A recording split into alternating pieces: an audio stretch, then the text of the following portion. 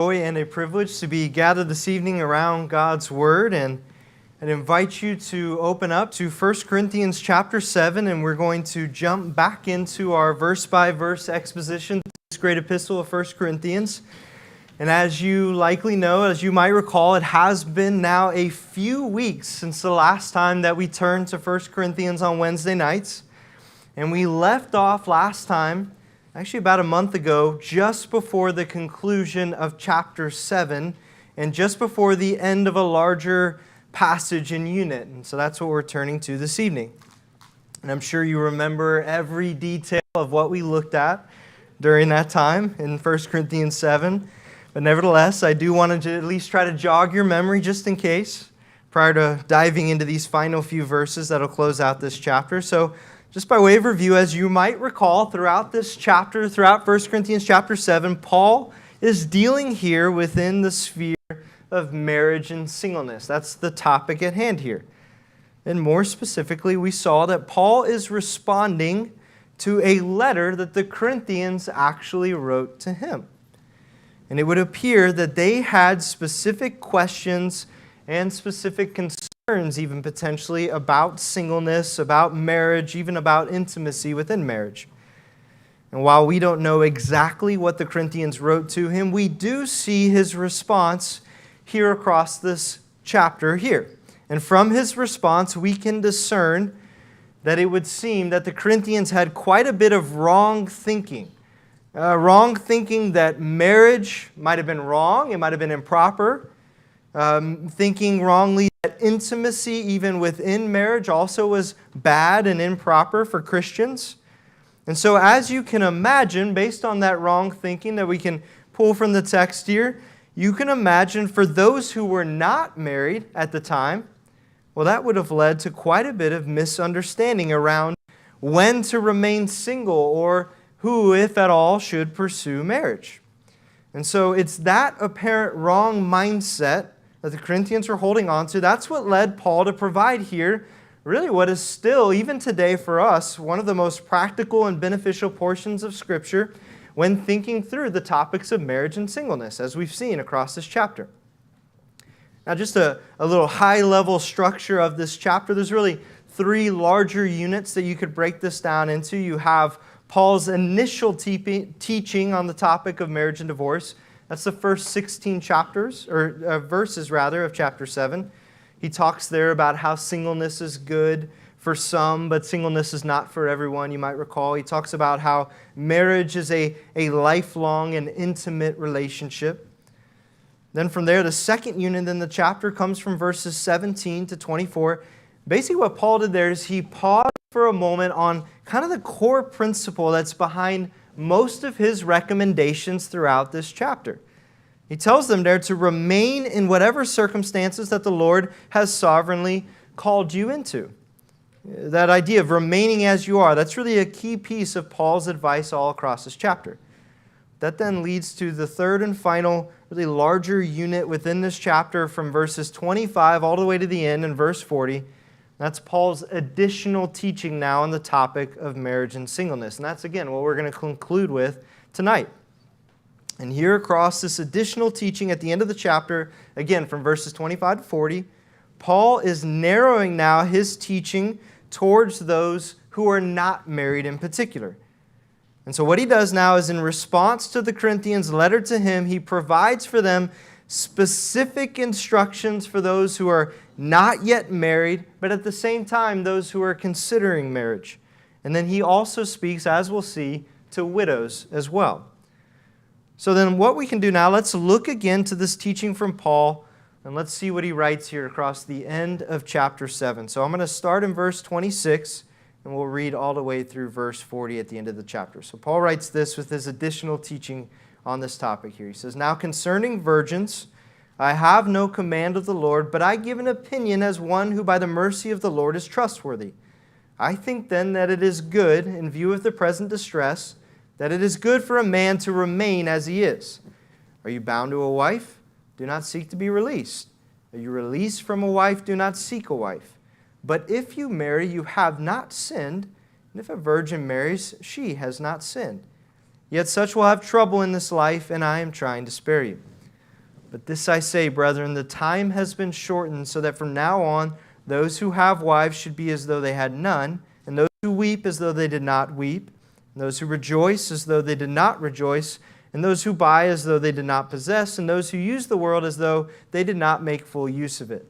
For the form of this world is passing away. But I want you to be free from concern. One who is unmarried is concerned about the things of the Lord, how he may please the Lord. But one who is married is concerned about the things of the world, how he may please his wife, and his interests are divided. The woman who is unmarried and the virgin is concerned about the things of the Lord, that she may be holy both in body and spirit. But one who is married is concerned about the things of the world, how she may please her husband. This I say for your own benefit, not to put a restraint upon you, but to promote what is appropriate and to secure undistracted devotion to the Lord.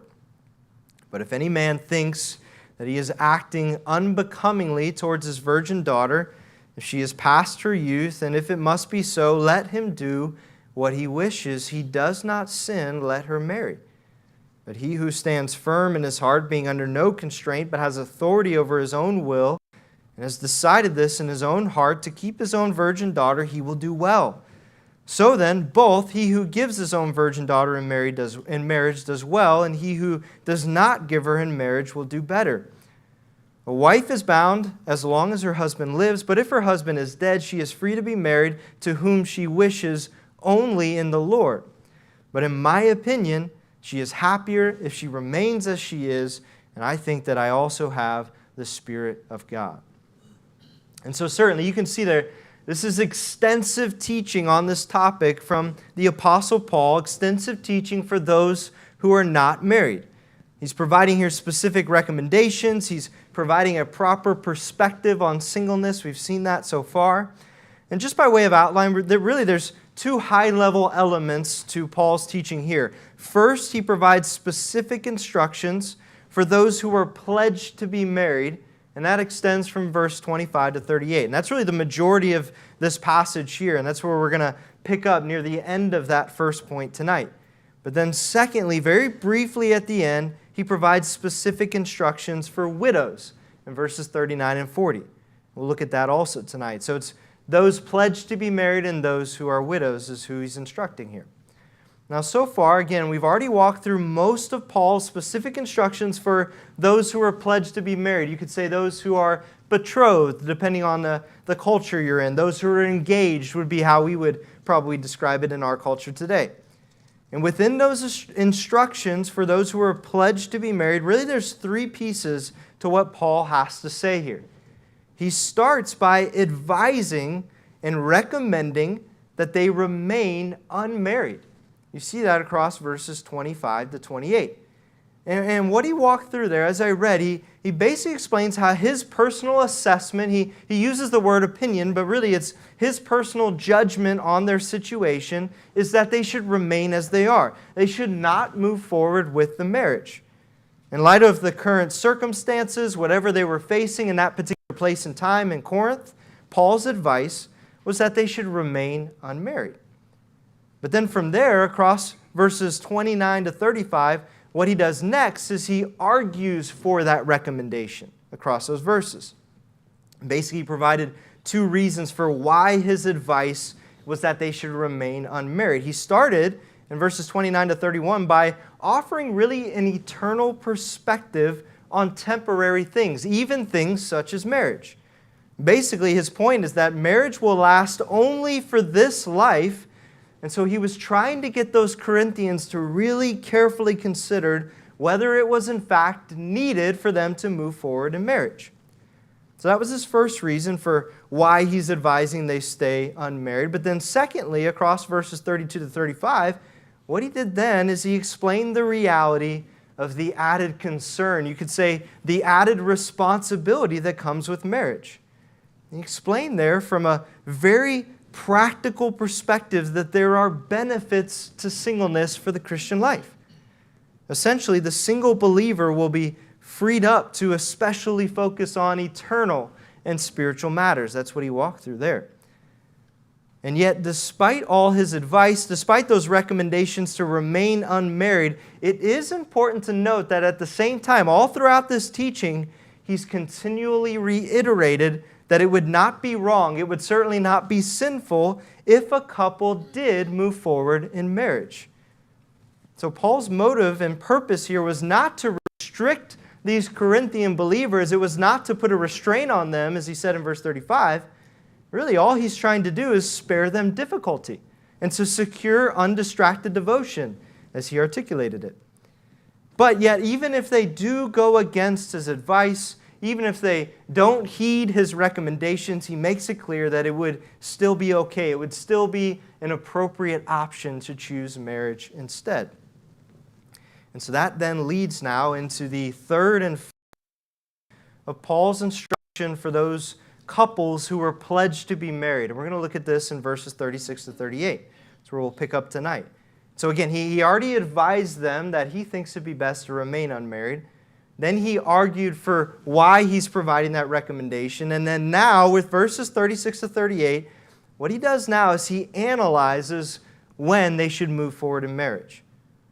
So then he really remains balanced, as we've seen all throughout this chapter. He remains balanced in his guidance and his teaching.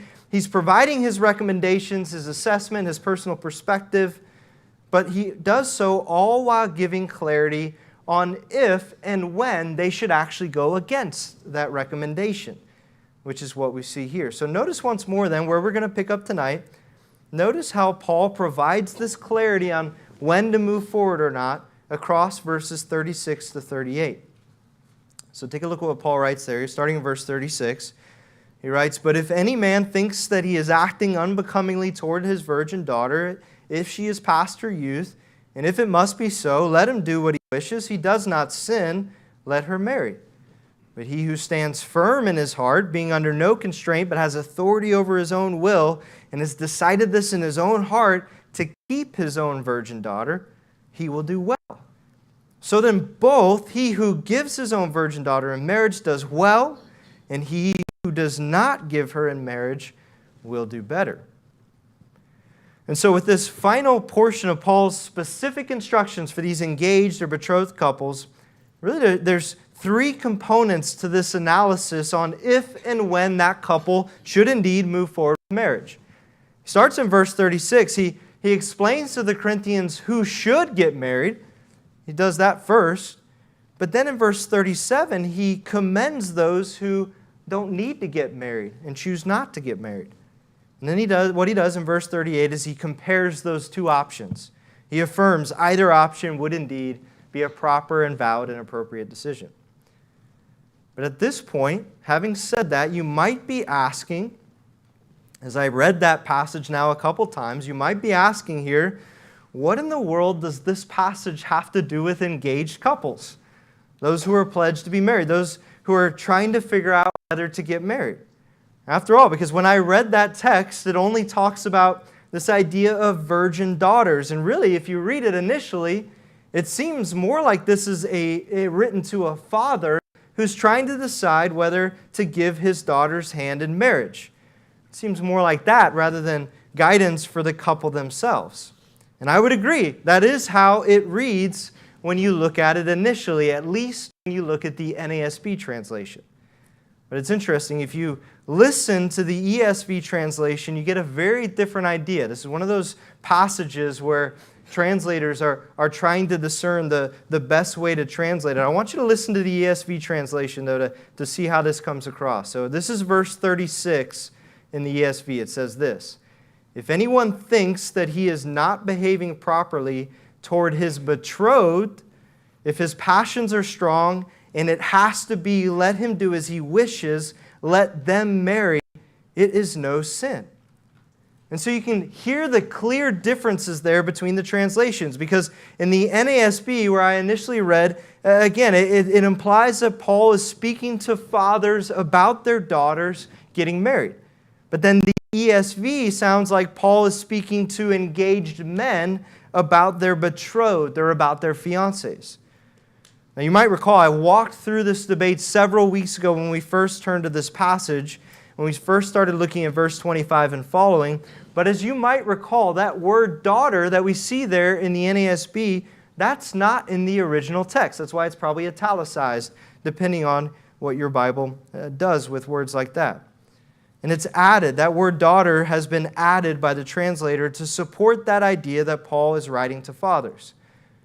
But the reality is not only is that added, but really the way that Paul is referencing these virgins in this passage, really the context of the entire chapter, he's talking about marriage, he's talking about singleness, all of that really more so favors the ESV translation here. And I walked through that again. And several weeks ago, I'm not going to reiterate all the points, but you're free to go back and listen to that. But again, in this case, as we talked about, the virgins here that Paul is referencing, these would be unmarried women who are engaged or pledged to be married. And Paul is writing here to give guidance on whether those men who are pledged to marry these women, these virgins, whether they should move forward with marriage or not. Again, the ESV really supports that quite well there. And so keep in mind here what's going on in Corinth. Remember, there's wrong thinking here that led to the Corinthians writing to Paul about marriage and intimacy. He's been addressing those issues all throughout this chapter. He needed to cut through the confusion there in Corinth, and he needed to provide these engaged couples guidance on whether or not it was okay to move forward and get married. That's what's happening here in this passage. And so he's already written to those who are single but not engaged. He's already written to those who are married all throughout chapter 7. And what he's doing now is he's writing to another group, those who are engaged. He's answering that question, can I get married? Should we follow through with this? You'll see that all throughout this passage as we go here. So again, in the context here, Paul is providing specific instructions to each group within this chapter. We've seen that, remember? It's the single, it's the married, it's the engaged, and we'll see the widows. And we've also even seen the divorced, and we'll see the widows here shortly as well. So again, that's what's going on here. So with that general overview of what Paul is talking about in verses 36 to 38, again, I want to walk through the specifics here just so you can kind of see how this guidance plays out for those engaged couples. And so as we look then once more to verse 36, we see again how Paul opens this instruction by writing to those who should get married. That's who he talks to first, those couples who should indeed move forward with marriage. And so verse 36 says this. It says, if any man thinks he is acting unbecomingly toward his virgin daughter, or really better, toward his betrothed, if she is past her youth, and if it must be so, let him do as he wishes. He does not sin. Let her, or really better, let them marry. That's what he starts there. So he opens, it's interesting, he opens here with a contrasting conjunction, but. That word but there provides a contrast.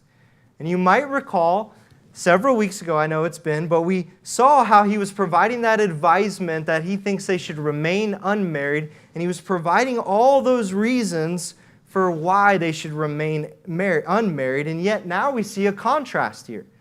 And so in other words, even though there are valid reasons to not get married, in contrast to that, here's an exception. Here's an explanation of the reasons for why a couple would get married, why they should get married.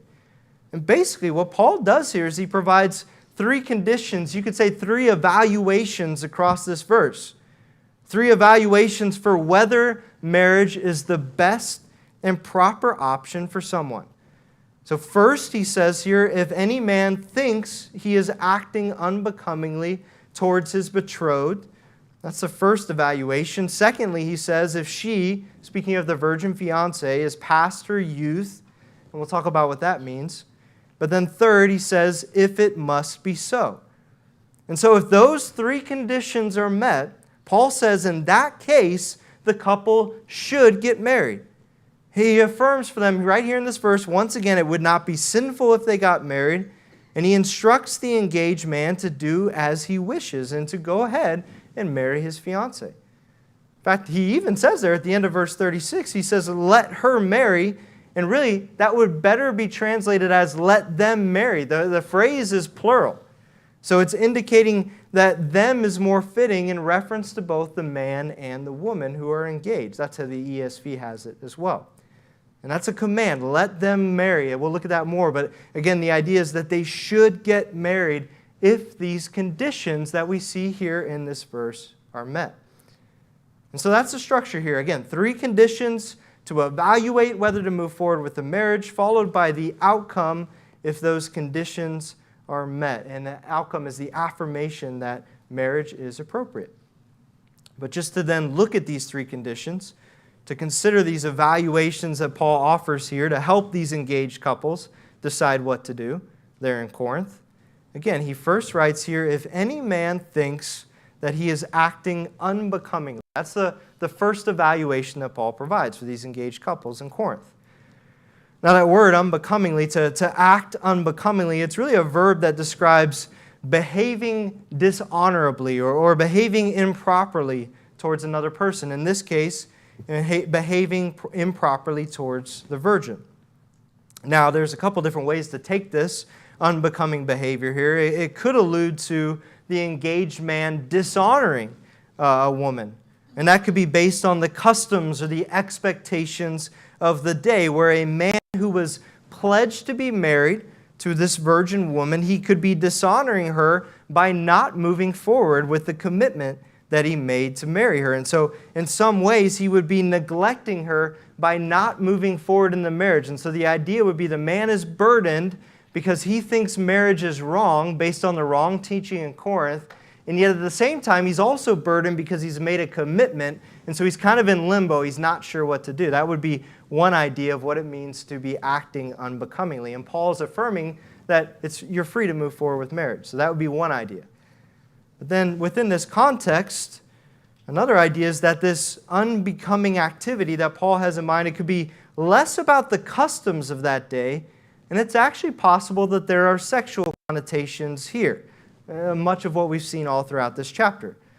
And commentators argue that the idea there would be because of that wrong teaching in the day where the Corinthians thought that intimacy within marriage was wrong. Well, this engaged man, he might have thought that he was acting inappropriately by desiring to get married. And by desiring to enjoy intimacy with a wife, he might have thought that that was an inappropriate desire. When in reality, he may have been doing nothing inappropriate at all. So again, it's almost as if this man has this ongoing but unnecessary guilt here, just because he has a natural and God-created desire to be intimate with a wife. This is not a sinful lust. That would not be the idea here. But again, a God-created natural desire. And that would then be why Paul provides this first condition here for when a man should indeed get married. And so again, if this man thinks that he's acting unbecomingly, if he thinks he's acting inappropriately by remaining unmarried, but yet he still has these desires, well then Paul's guidance here is to go ahead and get married. It would not be sinful to do so, and Paul says that later on in the verse. And he would be affirming here the appropriateness of marriage for this man so that he no longer thinks that he's acting unbecomingly. So again, Paul is easing his conscience. He can move forward into marriage with a clear conscience, knowing that his desires for intimacy within marriage are not sinful. Well, we saw that earlier in the chapter, if you might recall, all the way back, I believe it was in verse 8. Marriage and intimacy, those are good things that are created by God. So the idea behind Paul's guidance would be to stop thinking that it's sinful to desire marriage and to go ahead and move forward in marriage. So that's kind of the other possible meaning here of this first condition in verse 36. It is difficult to be certain exactly what Paul has in mind. It could be related to the customs of the day. It could be relating to the man thinking that his desires were inappropriate when they really weren't. But either way, the Corinthians certainly would have had clarity given that this guidance was tied to their specific situation. So those are a couple possible meanings there, but let's move on then to consider the second condition that Paul provides for whether to get married. As he writes next here, he says in verse 36, the second condition is if she is past her youth. Now this happens to be another phrase here in typical chapter 7 fashion that's very difficult to be certain about. And that's very difficult because there's vast differences here in translations. For example, I want you to listen again. Here's how the NASB translates this second condition. it says, if she is past her youth, but then listen to the ESV. It says this, if his passions are strong. So you can hear there's a major discrepancy here because the NASB takes the virgin as the subject of the phrase, and it says that this is about her age. And so the idea there would be if this virgin that he's engaged to is old enough to get married, then, well, they're free. It would be appropriate to go ahead and move forward with marriage. Whereas the ESV, it takes the man as the subject here, and this talks about his passions, his desire for intimacy within marriage, much like that prior phrase.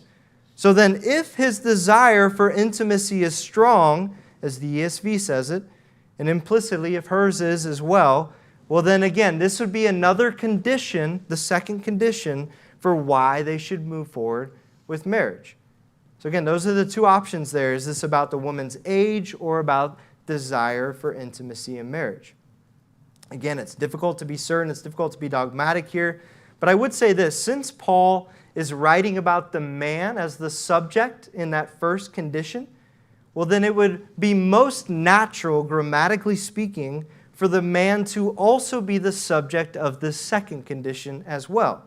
Again, that would favor the ESV translation once again. So then rather than switching from the man to now referencing the woman's age, and there's no real indication that a change of the subject has taken place, it seems better that Paul is still speaking about this engaged man in the second condition. And again, Paul would be telling the man to feel free to get married. If his passions and desires for marital intimacy are strong, Paul's guidance is to get married. As one commentator summarized, he says, quote, in helping the man make his decision, Paul proposes that if his sexual drive is strong, then it is natural for him to go ahead and marry. And so that would be the second condition here. Again, it's difficult to be certain, but that understanding would be consistent with Paul's guidance across this chapter. After all, you might remember back in verse 9 of chapter 7. I said verse 8 earlier, but verse 9 in chapter 7, you can look up there. Paul says that those who burn with passion, you remember that guidance he provided there? So the same thing would be what he's talking about here. So you could say it this way, if this engaged couple burns with passion, if they lack that unique enablement for self-control that Paul talked about earlier in the chapter, where there's no desire for sexual intimacy, well, Paul says, in that case, marriage is the better option. In many ways, he's simply repeating the guidance that he already provided. So if you have a natural, God-created interest and desire for marriage and intimacy within that marriage, then go ahead and pursue marriage, is what Paul is saying here. And that's, again, all despite Paul's preference for singleness. Well, that brings us now then to the third and final condition that Paul provides here for those who are engaged in trying to discern whether to move forward with marriage. And he actually, this one's very brief, right? This third condition is very brief. He writes, and if it must be so, he says here. So in other words, this third condition that he provides is that if it's necessary to do so, if it ought to be, then go ahead and get married, he says.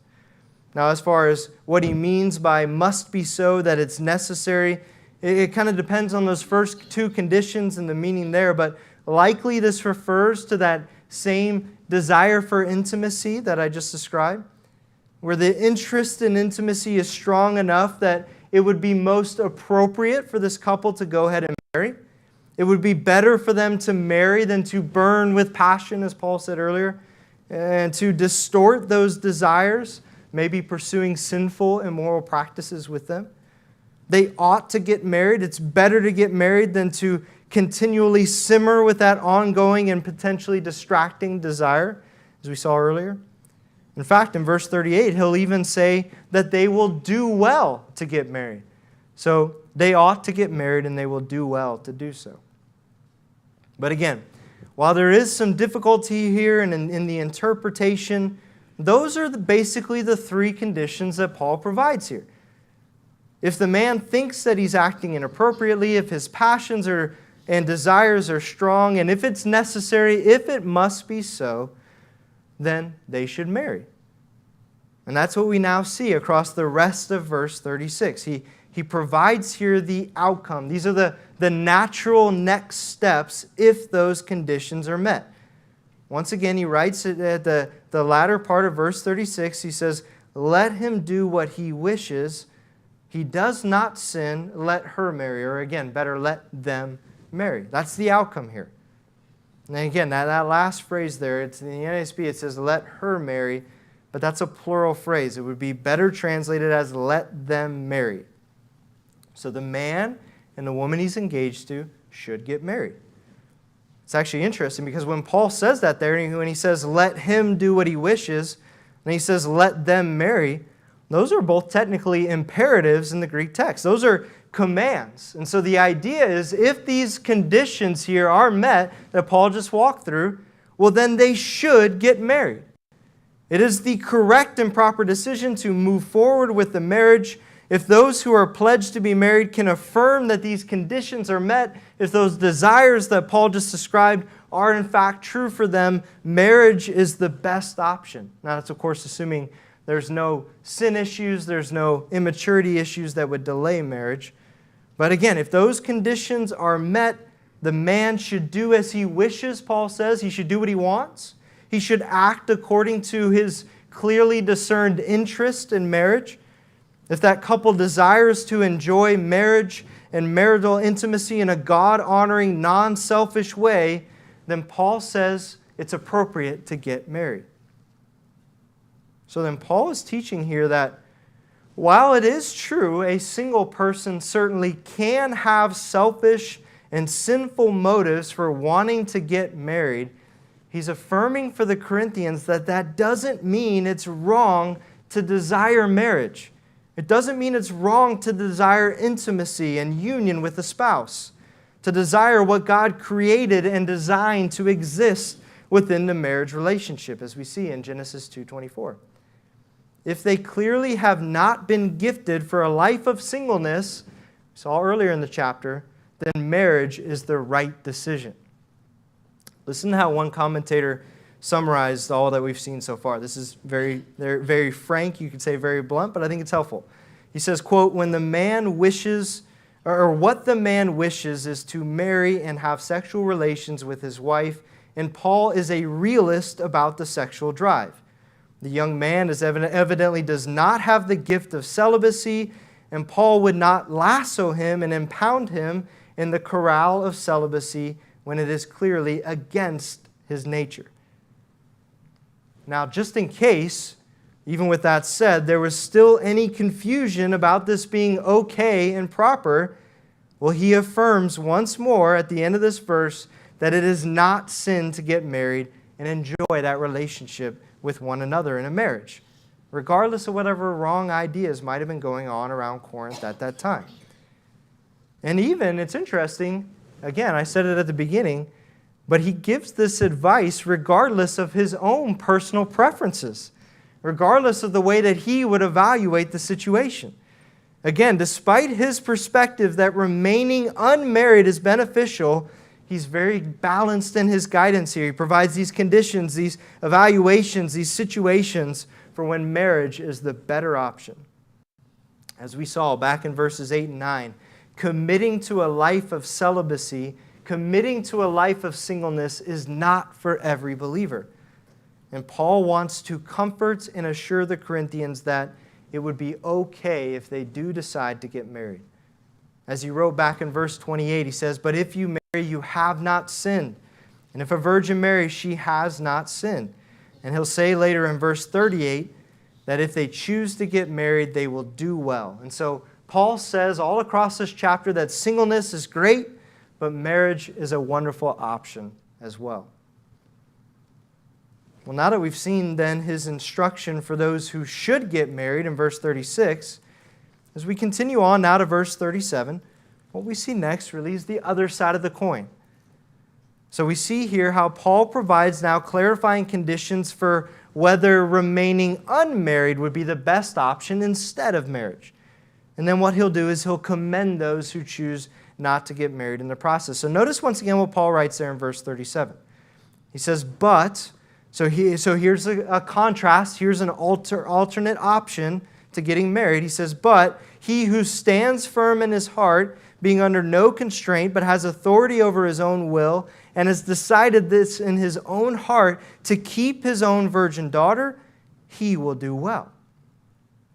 Now, structurally, you can see there, this verse 37, is set up very similar to verse 36. Paul basically contrasts, he pretty much mirrors the previous guidance for those who should get married.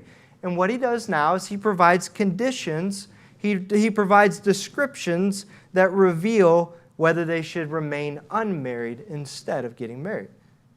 And the first description that he offers here is of a man who he says here stands firm in his heart. Now, contextually, this would be the exact opposite of that first condition from verse 36. Paul wrote there, if you might recall, we just looked at it, Paul spoke of the man who thinks he is acting unbecomingly. Now, the opposite of that, he says here, is the man who stands firm in his heart. So unlike the man who is bothered in his conscience about his desires, well, this man, he stands firm in his heart. What that means is that this man has a settled conviction. He has a resolve about his singleness. He's not unsure about what his desires are. He's confident that his desires are well suited for singleness. There's no ongoing urge for intimacy. There's no guilt that he might be dishonoring his betrothed. There's nothing that's causing him to waver or question whether he's even able to remain unmarried. No, this man is fully convinced that he doesn't need to get married. He knows with certainty at the very core of his being, at his heart, as Paul describes it, that he is able to, he wants even to remain single.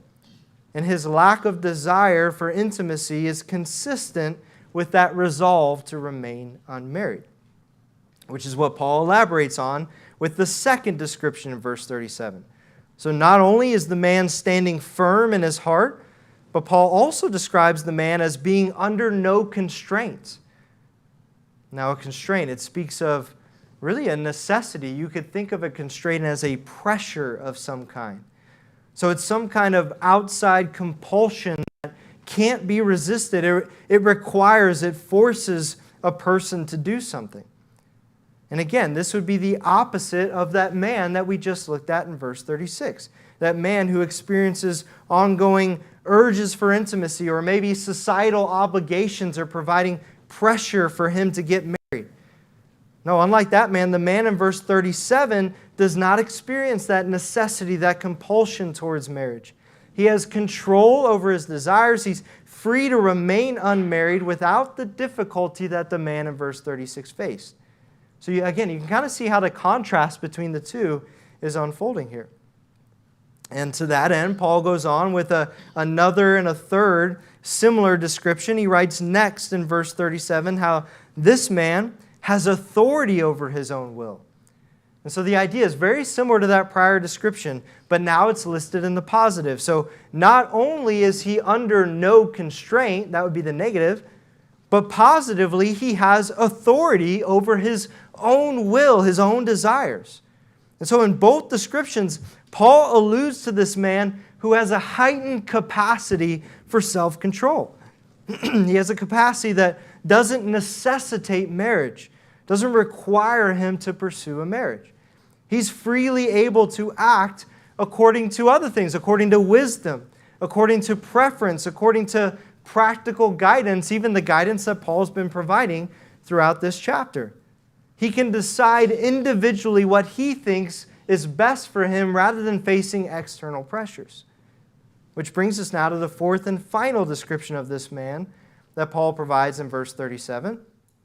And Paul now references that man's wisdom-based decision that he makes to discern what is the best choice when deciding for him whether to get married.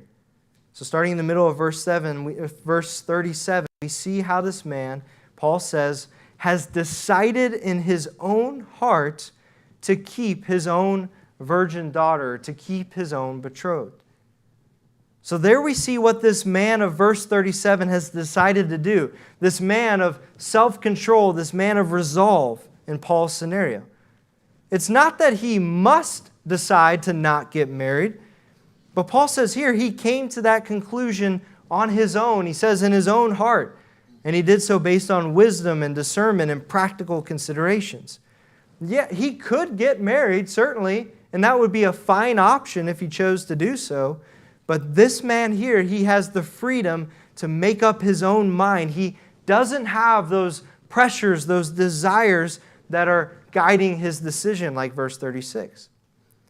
And here in Paul's scenario in verse 37, this man has decided, as he says, to keep his own virgin daughter and to not move forward with the marriage.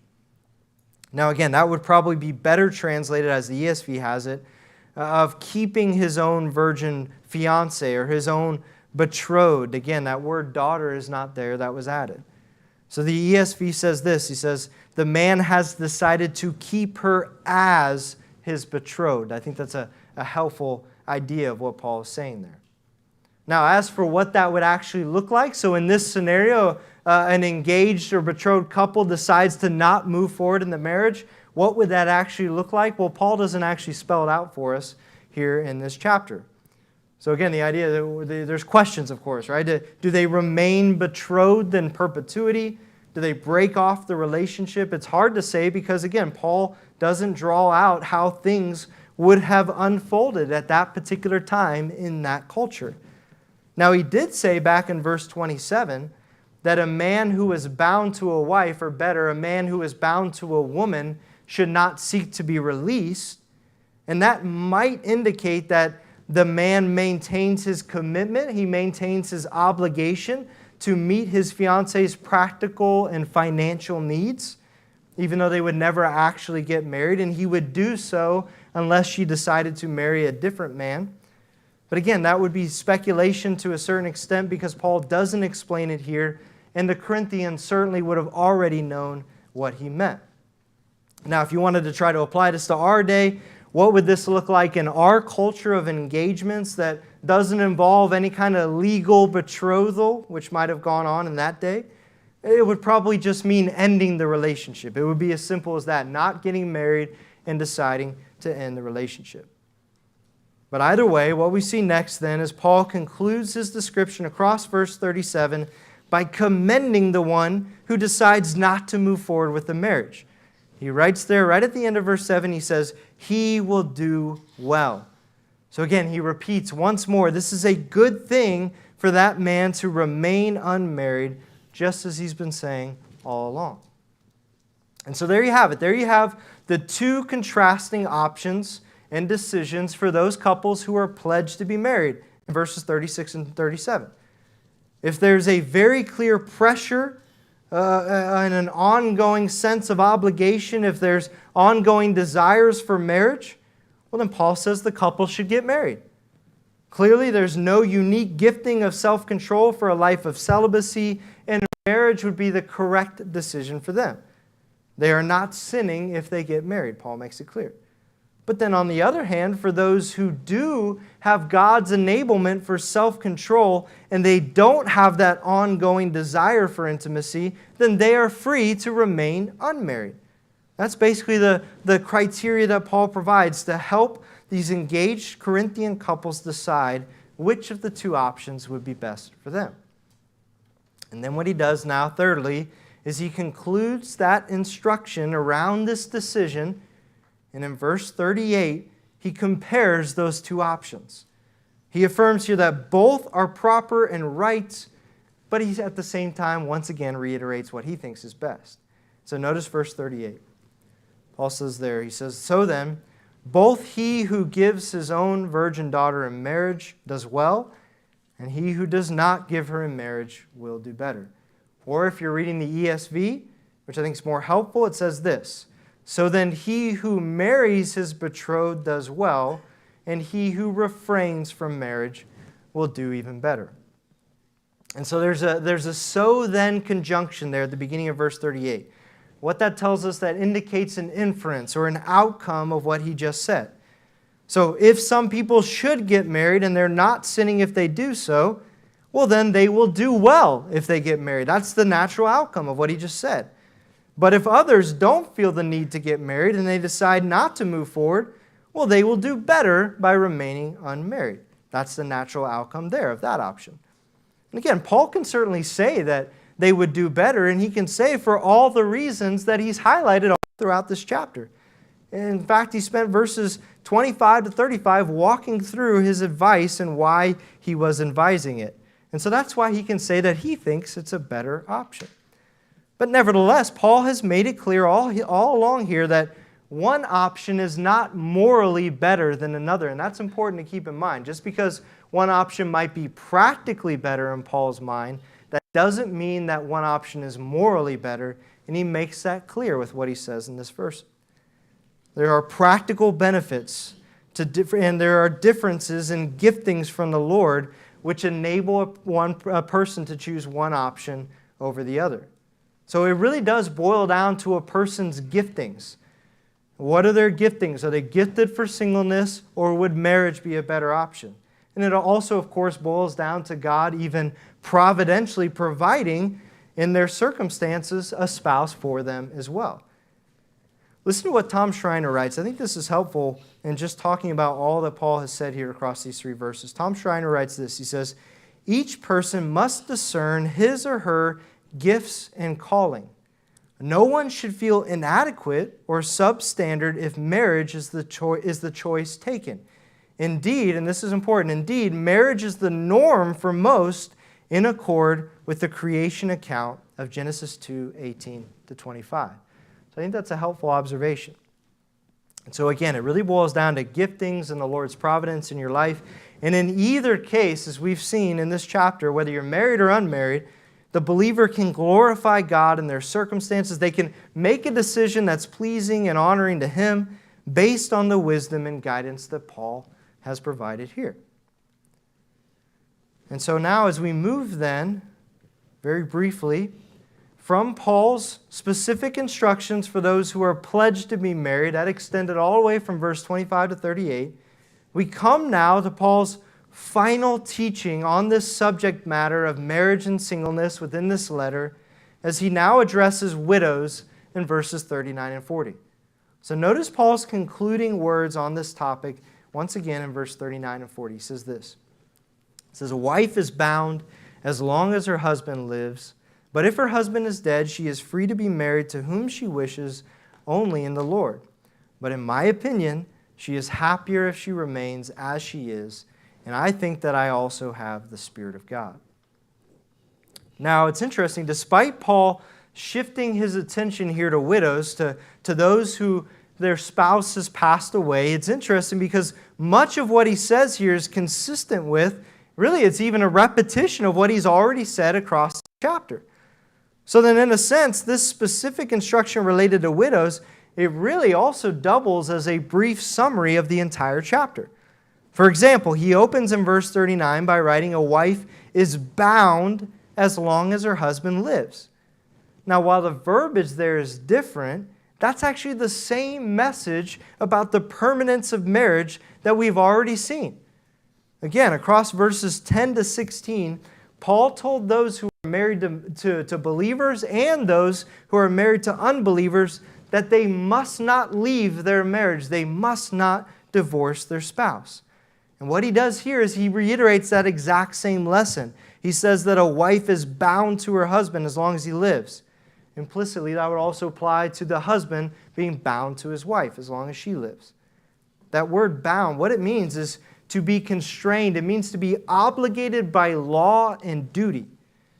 And it's a perfect tense verb, which is fascinating because it speaks of a past commitment, namely the commitment of marriage, that has an ongoing and abiding responsibility for the husband and wife.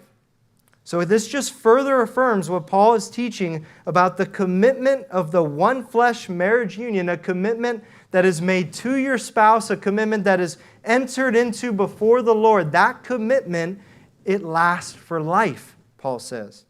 God's design, God's intention is that only death would separate a husband and wife.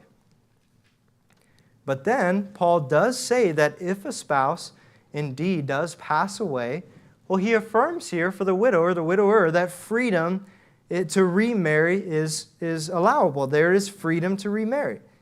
That marriage bond, that commitment is dissolved, it is terminated by death, and the believer is free to enter into a new, one flesh, lifelong union.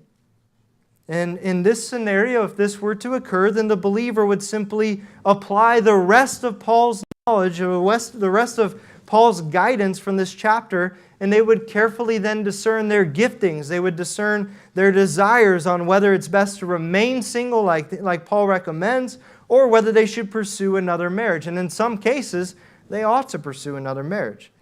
And so they're free to decide what's best for them based on the wisdom and guidance that he provides here. And if they remarry, well, Paul says here, they're free to marry whoever they want.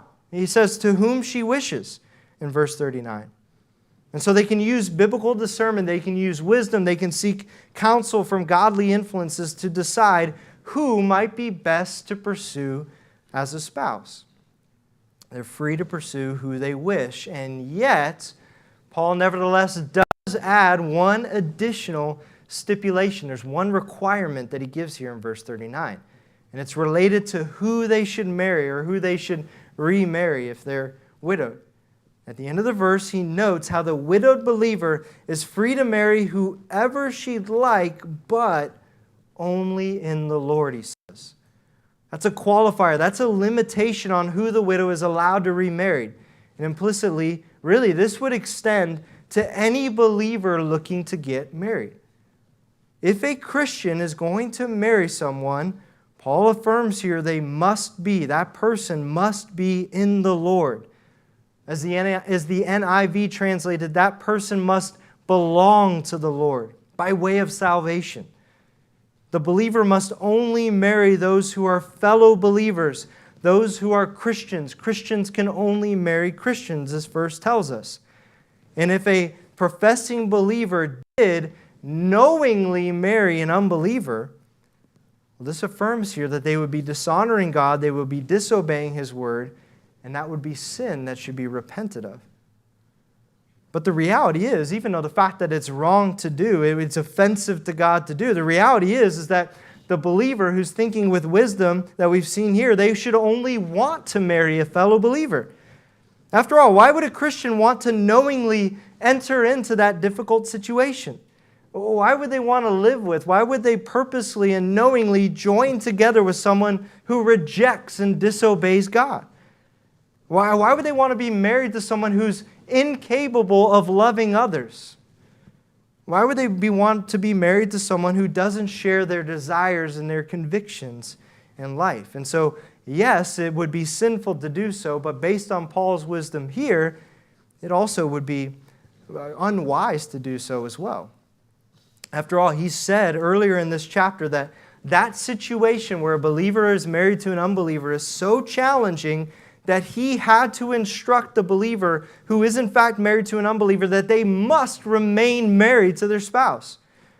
He said that earlier. The obvious implication is that you probably wouldn't want to remain in that marriage because it would be so difficult to do so.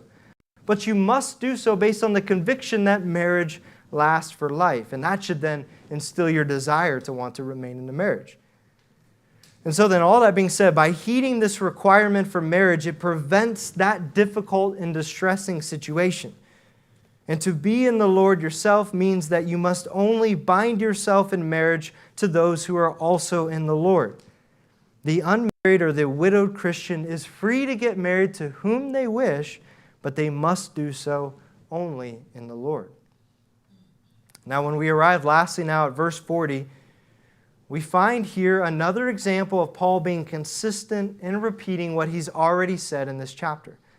And this last statement here, really, it summarizes Paul's go-to guidance and recommendation, regardless of whatever marital circumstance a person finds himself in.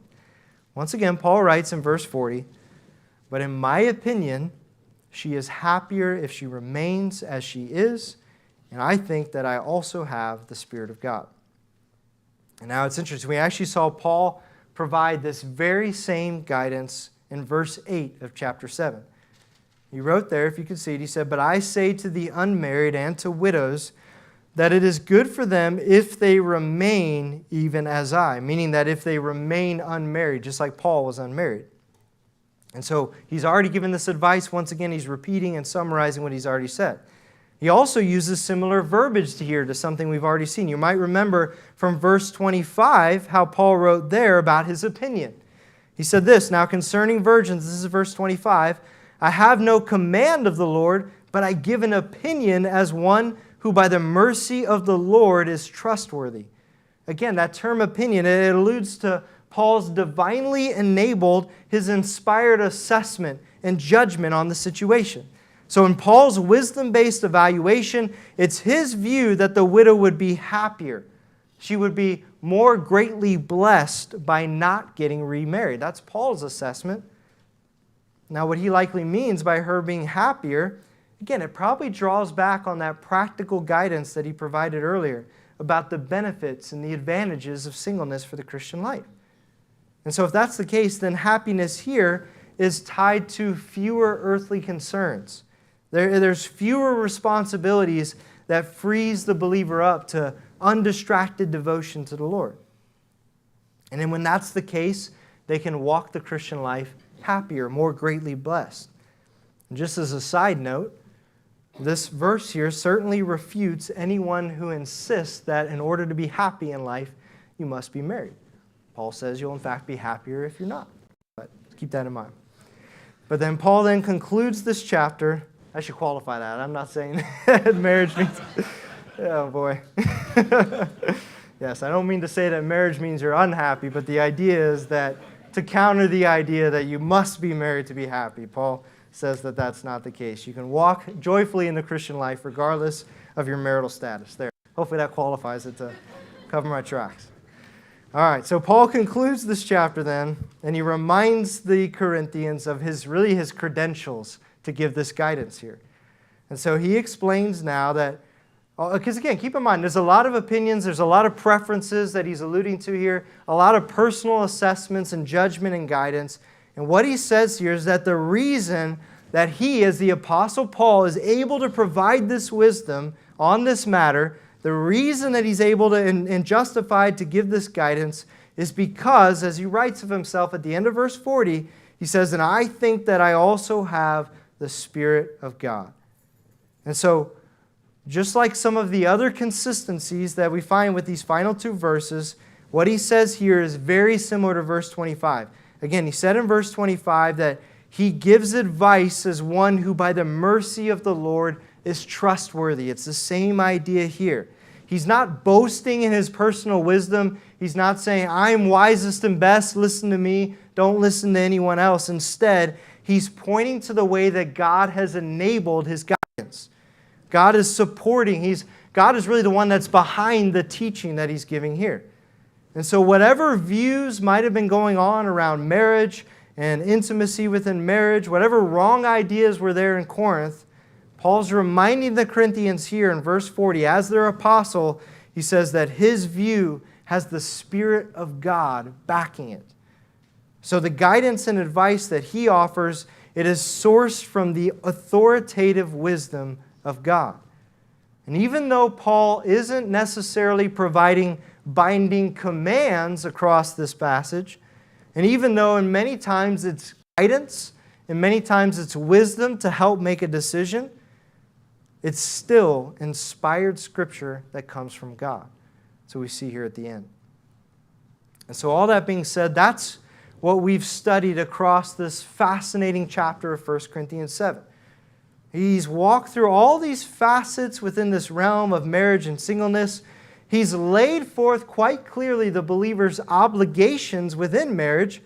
He said that marriage is meant to be an intimate and lifelong union. And he's also provided Spirit-inspired and wisdom-backed recommendations and advice for those who are not married. Now, certainly, remaining as you are in whatever position you found yourself when the Lord effectually called you, that's his guiding principle all across this chapter. And yet, for many who are unmarried, whether they be single, engaged, divorced, widowed, in many cases, pursuing marriage might be the better and proper option that Paul has provided. It depends on how the Lord has gifted you, and it depends on how He providentially orders your circumstances to be able to even marry a fellow believer. And so just to kind of wrap all that we've seen across this chapter, and particularly the later verses, as it relates to that decision for the unmarried believer deciding whether to pursue marriage, I thought this was helpful because one theologian did well to really synthesize all of Paul's divinely inspired guidance.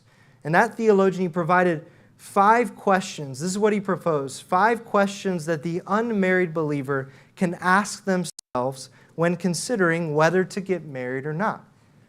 First question he provides is, am I marrying a believer?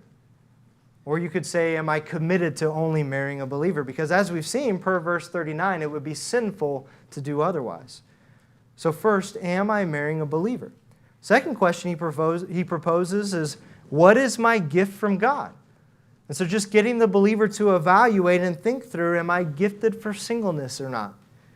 Do I have a desire for intimacy or am I content with celibacy for life and I can commit to a life of singleness? Do I feel external pressures to pursue marriage or not? So again, secondly, what is my gift from God? Thirdly, he offers this question. He says, are the circumstances such that marriage is right or marriage is best? So are the circumstances best? So is this the right situation? Is this the right timing? Is this the right person? You could say, am I spiritually ready to pursue marriage? That's a third question he asks. Are my circumstances right? Fourth, he proposes the believer to ask themselves, how will marriage affect my service for Christ? This is an important one. So how will marriage affect my service for Christ? Remember, Paul walked through all that practical guidance about the spiritual benefits of singleness for the person who is gifted to remain single. And so really considering, what is marriage going to do to influence my service for Christ? That's the fourth question.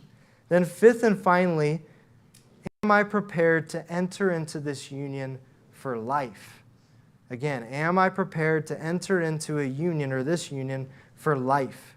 So we've seen in verses 10 through 16, we've seen it again in verse 39, that marriage is a lifelong union and the believer must be ready to commit to that union for life. And so those are 5 questions. I thought that was helpful really as a concluding way to synthesize and apply Paul's advice for the believer who's unmarried but considering marriage. Now again, Paul's guiding principle though is whatever circumstance you are, you can remain in that circumstance and still bring glory to God. And so that would apply to every believer, whether you're married or unmarried. One thing we can all learn from this chapter is that every believer should indeed be committed to using their circumstances, using their giftings to the maximum glory of God, no matter what that situation might be. And by God's grace, that will be true of each of us. So let's go before the Lord in a word of prayer as we close.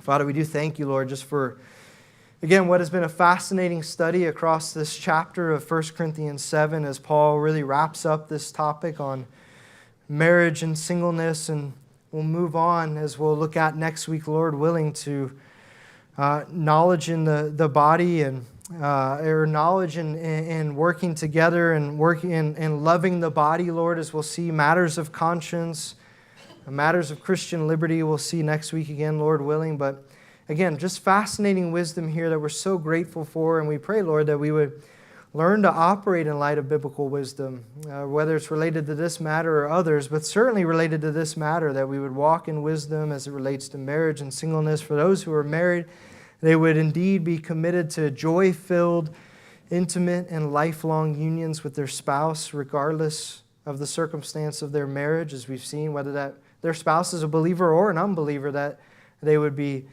joyous to serve you, Lord, and by loving their spouse and by being committed to an intimate, lifelong union with their spouse. For those who are unmarried, that they would think through the wisdom that Paul has provided here, and that you would provide discernment on giftings for each individual believer.